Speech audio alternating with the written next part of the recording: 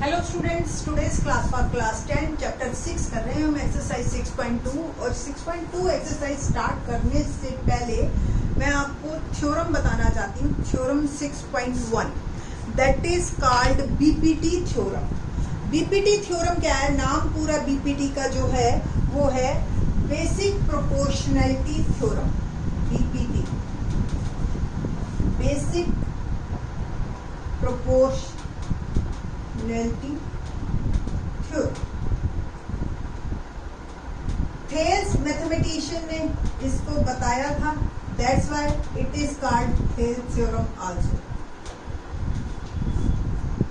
Name theorem के दो फायदे होते हैं। आपको स्टेटमेंट जो है वो जब आप क्वेश्चन में अप्लाई करते हो तो उस वक्त आपको स्टेटमेंट जो है लिखने की पूरी जरूरत नहीं है। जस्ट बाय बीपीटी या बाय थेल्स थ्योरम आप लिख सकते हो, ठीक है। बट आपको क्वेश्चन इसका ऐसा भी आ सकता है कि state and prove basic proportionality theorem और थेल्स थ्योरम, ठीक है। तो आपको जो है नाम से क्लियर होना चाहिए कि इसकी स्टेटमेंट, और स्टेटमेंट जब बेटा हम याद करते हैं ना तो वर्ड टू वर्ड ए और द की भी गलती नहीं होनी चाहिए। तो इसलिए ध्यान से आप इसको याद करेंगे अच्छी तरह से और बीपीटी थ्योरम करेंगे, ठीक है। तो लेट्स स्टार्ट। क्या है theorem?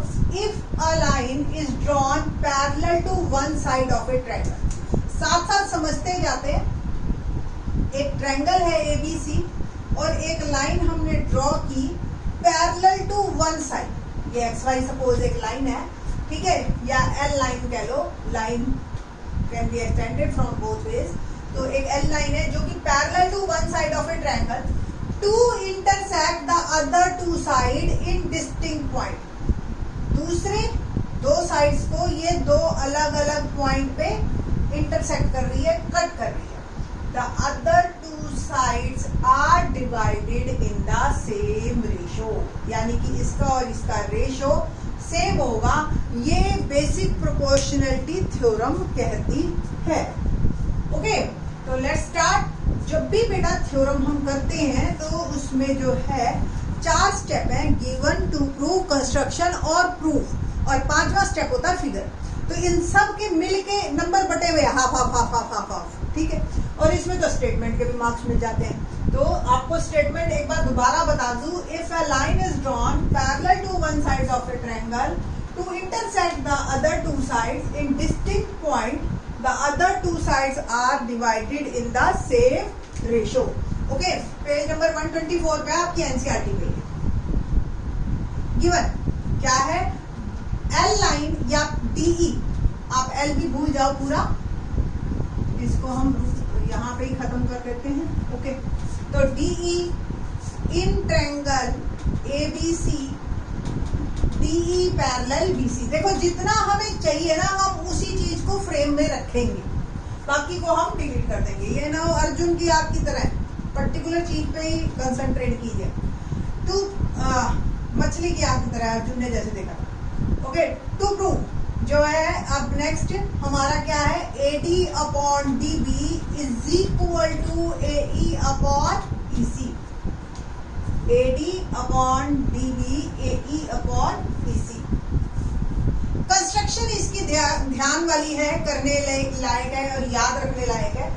Join BE and CD and draw a perpendicular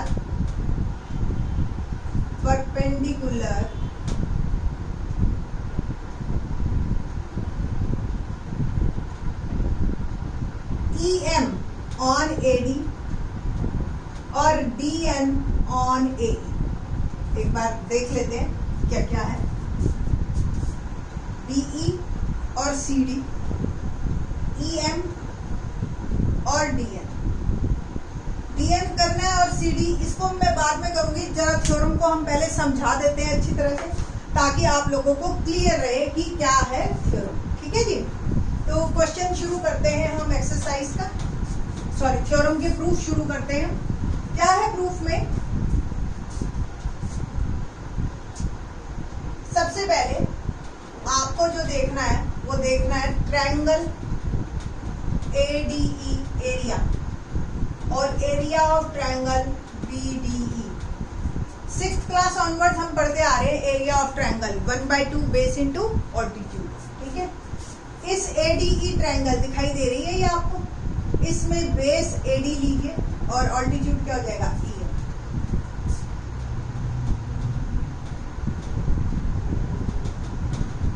upon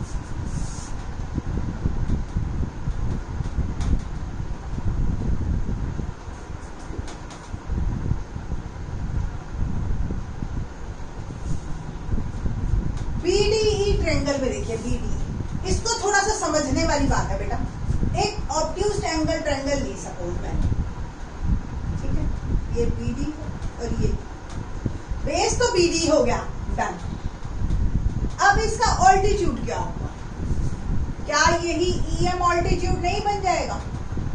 तो इसमें जो समझने वाली बात है वो ये है कि बेटा किसी भी ट्रायंगल का जो ऑल्टीट्यूड होता है वो कोई जरूरी नहीं हमेशा ट्रायंगल के अंदर ही हो, ट्रायंगल के बाहर भी हो सकता है ऑल्टीट्यूड। ऑल्टीट्यूड का मतलब है perpendicular distance from the vertex, perpendicular distance from the vertex to the base, that is called altitude. It may be in the triangle और it may be outside the triangle, okay.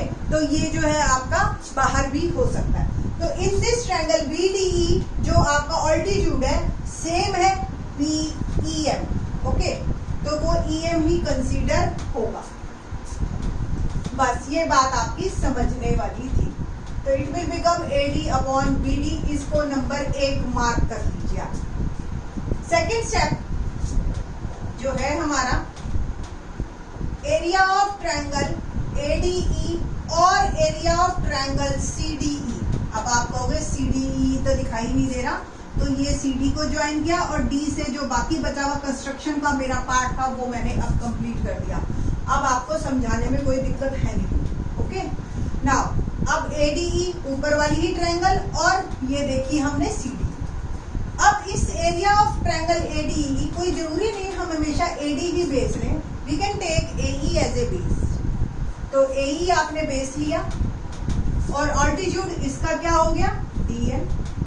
Same CDE triangle भी बिल्कुल उसी तरह से, base EC और altitude still DM। ये cancel हो गया और ये हो गया AE अपॉन EC नंबर 2। यहां तक आपने अभी तक गिवन जो हमें दे रखा है उसका कोई यूज नहीं किया है, एज यू नो, है ना, कि ये जी पैरेलल है। अब यूज होएगा एरिया ऑफ ट्रायंगल BCD या sorry BDE equal to area of triangle CDE। कोई दिक्कत किसी को? क्यों? Reason, triangles having same base and in between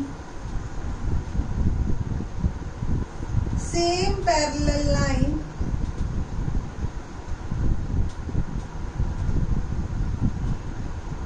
are equal in area।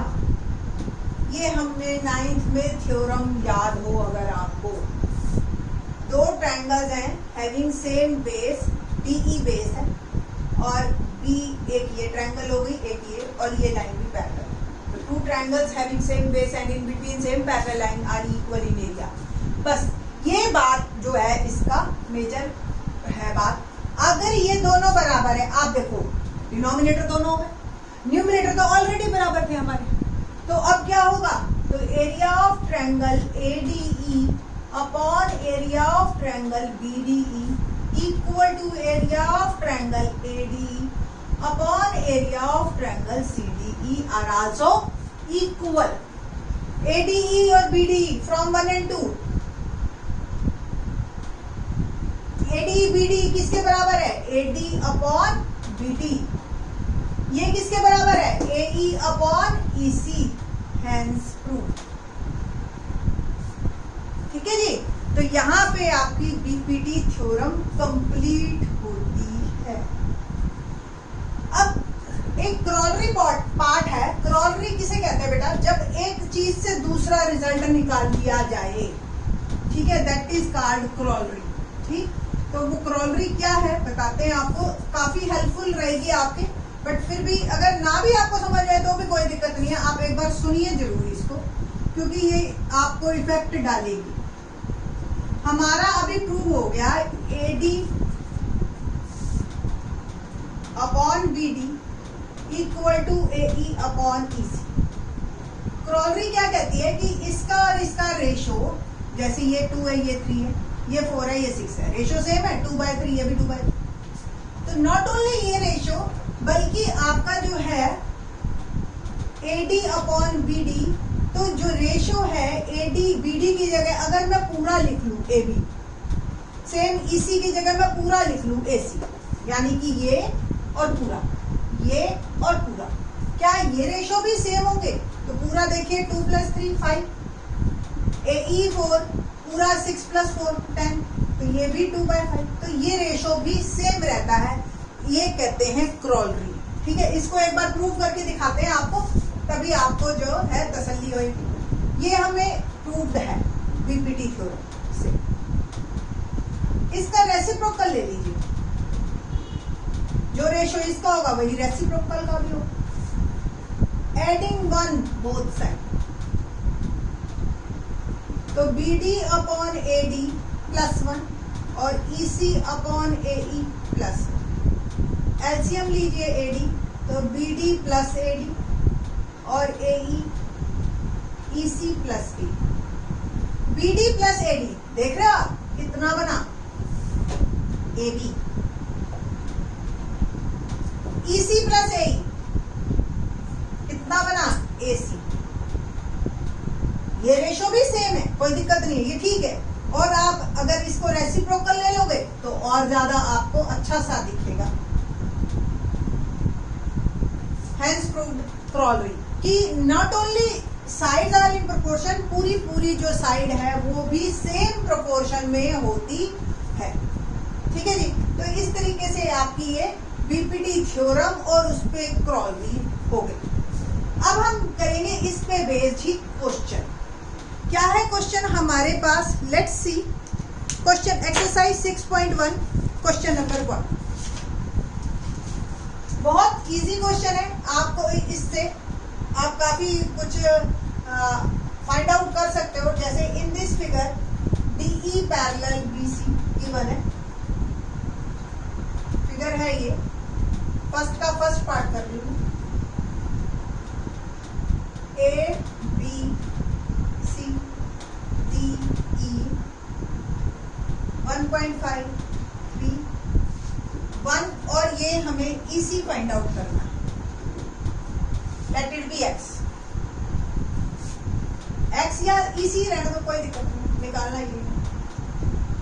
आपने क्या लिखना है? In triangle ABC DE parallel BC by BPT क्या कहती है कि if this line is parallel to one side of a triangle, then the other two sides are in same proportion, यानी कि AD upon BD equal to AE upon EC। AD कितना दे रखा है? 1.5। BD कितना दे रखा है? 3। AE कितना दे रखा है? 1, और EC we have to find। इसका डेसिमल हटा दीजिए, 15 2 30, 1/2 equal to 1/EC। Cross multiplication कीजिए या रेसिप्रोकल लीजिए, तो EC is equal to 2 centimetre. That is my answer. Now for second part, let's move. Second part क्या कहता है हमारे पास? ABC और ये DE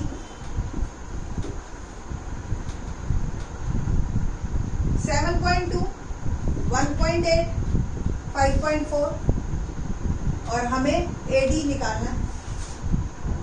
once again triangle ABC DE parallel BC by BPT AD upon BD equal to AE upon EC। AD we have to find, BD 7.2, AE 1.8, EC 5.4। ये है हमारा, बस अब हमें निकालना है। देखिए डेसिमल से डेसिमल काट दीजिए, 18 3 जा 54 और AD 7.2 को भी उधर ले जाइए 3, ठीक है, 3 से कट कर दीजिए जाए, 3 2 जा 6, 3 4 जा 12, तो 2.4 सेंटीमीटर इज माई आंसर। तो ये आपका AD आ गया। तो ये थी BPT, और फिर BPT पे बेस्ड जो है कुछ क्वेश्चन थ्योरम पे। इन द नेक्स्ट लेक्चर हम बताएंगे BPT का कन्वर्स और फिर उस पे बेस्ड आगे के क्वेश्चंस। थैंक्स।